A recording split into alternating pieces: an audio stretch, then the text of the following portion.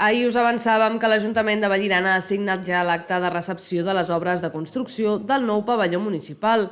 unes obres que superen els 3,5 milions d'euros i que recordem que inclou una triple pista poliesportiva, una zona de gimnàstica, un bar-restaurant, espais per a les entitats, capacitat per a 500 persones de públic, 8 vestidors i la possibilitat d'adaptar-lo per a la celebració d'actes populars amb una capacitat de 1.500 persones.